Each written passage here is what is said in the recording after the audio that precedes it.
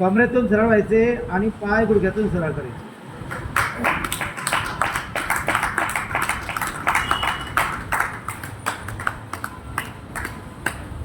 आसन स्थिर ठेवायचे.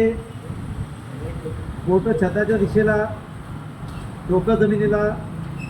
आपल्या पूर्ण शरीराचा भार आपल्या हाताच्या कोपरवर आणि डोक्यावर आलेला असतो. नाव आहे शीर्षासन. शीर्षासनामध्ये पण आसन आहे. विस्तृत पाद शीर्षासन, तिर्यक पाद शीर्षासन दुसऱ्या पायाने. नंतर शीर्षासनामध्ये नमस्कारासन.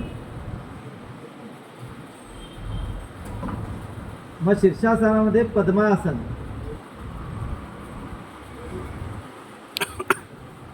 आणि पद्मासनामध्ये कमरेतून सोडणं.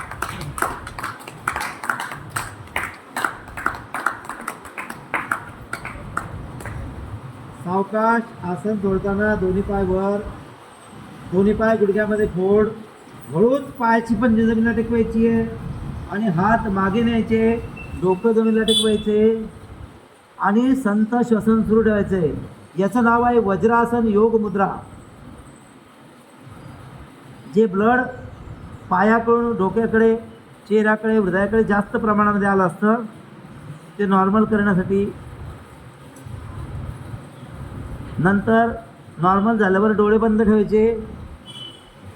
वज्रासन स्थितीमध्ये यायचे.